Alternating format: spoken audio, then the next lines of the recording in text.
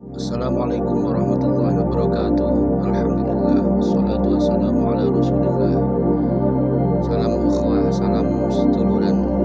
Yuk kita sama-sama ngaji bareng Gus Bah. Selamat menonton. Di antara yang nggak boleh dalam pernikahan adalah wa antajma'u bainal ukhtain. Menikahi mbaknya plus adiknya, fi nikahin wahid, tahta rajulin wahid. Jadi nggak boleh mempoligami mbak bersama adiknya. Kalau kita percaya zahirun nas, maka yang haram hanyalah wayoh atau berpoligami mbak dan adik. Dan itu bahaya kalau Anda memahami seperti itu. Zaman Rasulullah Sugeng ngendikan ditambahi satu tok sama Nabi.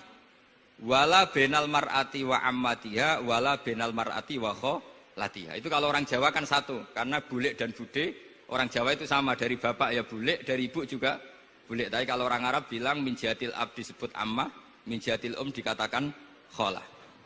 Nabi zaman Sugeng itu hanya nambah itu tok. Juga gak boleh menikahi ponaan plus buliknya atau menikahi buliknya plus ponaannya. Kemudian oleh ulama fikih ditambahi satu kaidah. Dua perempuan yang kalau saja laufurido itu kalau saja diandekan yang satu lelaki tidak boleh nikah, maka orang ini tidak boleh dijamu dikumpulkan tahta rajulin wahid. Berarti memasukkan siapa saja? Mbah dan cucunya, perempuan dan buliknya, perempuan dan saudaranya. Nah, artinya gini, andekan yang disebut Quran itu menjadi itu saja hukumnya, maka yang haram poligami hanya mengumpulkan mbak dan adiknya, karena Quran hanya bilang wa antajma'u bainal ukhtain. Tapi tentu itu kebodohan. Mesti gak tahu ngaji usul fikih. Kitab yang pantangannya orang banyak, ya pantangannya gurune bareng. Jadi itu bukan pantangan muridnya saja, ya pantangan gurune bareng. Akhirnya apa? Itu kita analisis bahwa ini mimbabi dzikril ba'di wa iradatil kul. Mungkin ada ulama yang era Imam Syafi'i meredaksikan wa antajma'u bainal ukhtain ibaratun anil jam'i bainal mahromen. Apapun itu, tetap ukhtain di sini itu satu percontohan mengumpulkan dua perempuan yang ada hubungan mahram, entah karena saudara kandung atau bulik bude atau mbah sama cucu. Lalu pertanyaannya, kenapa Quran tidak menyebutkan mbah dan cucu? Kebayang nggak misalnya Gus Rikza nikah orang perempuan cantik umur 25 plus mbahnya umur 70 tahun? Mau membayangkan. Katanya tidak mau membayangkan. Artinya gini, orang waras itu tidak akan melakukan seperti itu, maka nggak perlu dilarang. Tapi nak rabi bae sesuai gedon, jebule ayu adi itu banyak. Terus dongano bae mati itu banyak itu mungkin. Sehingga yang potensi bahaya itu wa antas mau penal ukhtain. Karena yang potensi nakal itu ya itu tadi. Ron ambake luwe ayu rabi adike. Semoga kalau sedang keluarga orang lain, ceraikanlah. Tungone maksa. Tungone maksa niku lho.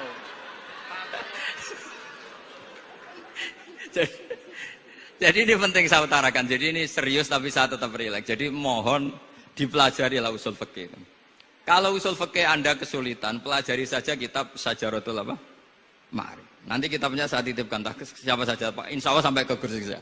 Apa kitab Syajaratul Ma'arif. Itu menurut saya kitab terbaik dalam mempermudah memahami Quran. Ya modelnya begitu, misalnya tadi babu nafil ibad bikulil bilad, bab seorang hamba sebaiknya di mana saja bermanfaat. Terus cerita tentang Nabi Isa wa ja'alani mubarakan aina ma kuntu. Saya masih ingat baca kitab supaya Pondok Lirboyo bangga bahwa cucu muridnya alim alama. Jadi ini bagian dari itu. Wong putu muridnya wae alim, banggune murid Lirboyo ora alim, wong putune wae alim kan gitu. Jadi kalau sampean ndak alim dosa gede. Saya kata Gus Kafabi kan putu murid, wong putune wae alim mosok muridnya gak alim. Awas nak keman gak alim, sini-sini wong. Jadi harus mengkaca, putune wae alim, apalagi anak epas. apalagi anak epas.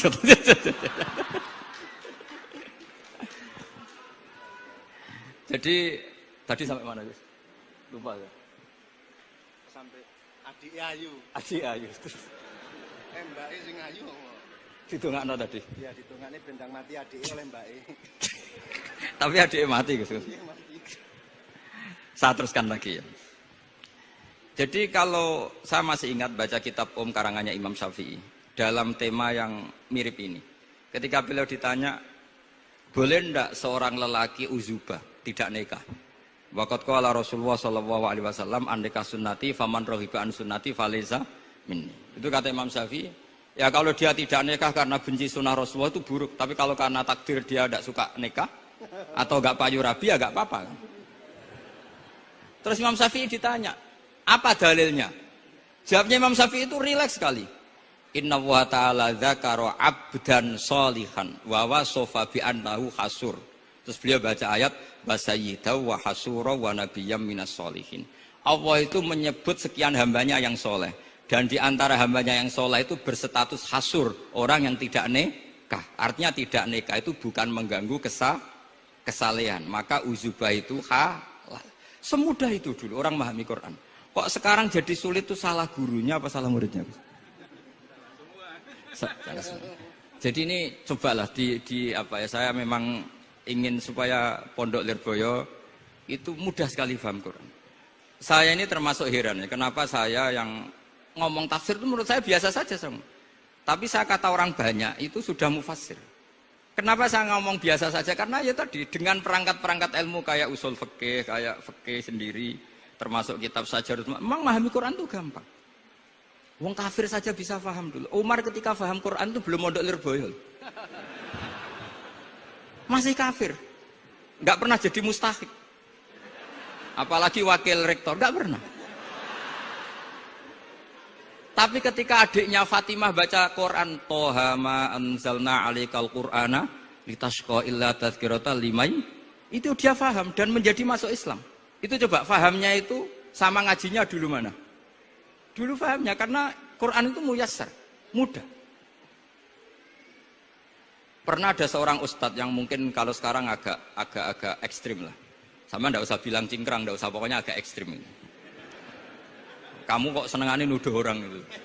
Sampai saya kadang ketularan, saya ini orang baik gak suka nuduh orang. Itu ada orang yang agak ekstrim itu, datang ke Harun Ar-Rasyid. Ya Amirul Mukminin gitu. Inni nasihun laka famusaddidun alaika fala tajidanna alayya fi nafsika syai'an. Saya ini orang baik-baik, ingin nasihati jenengan, cuma saya agak kasar. Musaddid itu agak kasar. Dalam bahasa Arab musaddid siddah itu kasar. Kasar atau tegas, kasar lah. Dalam konteks ini maknanya kasar. Fala tajidanna fi alayya fi nafsika syai'an. Mohon jangan dimasukkan hati. Apa kata Harun Rasyid? Ngendikan itu mudah sekali dan itu sangat Qur'ani. Kata Harun Ar-Rasyid, uskut ya ustad. Sebagian riwayat uskut ya jahil. Hei orang bodoh, kamu diam. Inna Allaha ta'ala ba'atha man huwa khairun minka ila man huwa syarrun minni. Wa ma'a dzalika qala ta'ala faqula lahu qawlan layyinan la'allahu yatadzakkaru aw yakhsha. Kamu diam hei ustad bodoh. Allah Ta'ala itu mengutus orang yang lebih baik ketimbang kamu, yaitu Nabi Musa, ke orang yang lebih buruk ketimbang saya, yaitu Fir'aun. Itu saja harus beretika. Faqula lahu qaulal layyinan. Kok kamu sama-sama muslim mau main kasar sama saya? Kitabnya mana? Kira-kira seperti itu. Akhirnya Ustadz tadi, ternyata jenengan lebih alim, mboten sios. Semudah itu orang memahami Quran. Inna wa ta'ala qad ba'asa man huwa khairun minka ila man huwa syarrun minni. Fa inna wa ta'ala ba'asa Musa. Wa Musa tentu lebih mulia ketimbang Ustadz ini. Ila man huwa syarrun minni. Saelek-elek Harun Rasyid itu jelek Fir'aun. Musa yang Rasul yang orang sangat baik diutus ke orang yang sangat buruk yaitu Fir'aun, itu saja beretika faqula lahu qaulal layyin. Harus sopan. Jadi kayak apa? Saya bayangkan kayak apa bahagianya kita kalau melihat santri-santri ini memahami Quran seperti ini. Itu kan mudah. Mudah, nggak perlu dokter, bisa, nggak perlu. Bisa, maksudnya bisa. Nggak perlu dapat honoris causa dari apa tadi? Profesor cangkem elek tadi. Profesor bidang cangkem elek. Jadi karena Quran itu dalil, kata Ibnu Abbas, Al-Quran dalil. Dalil itu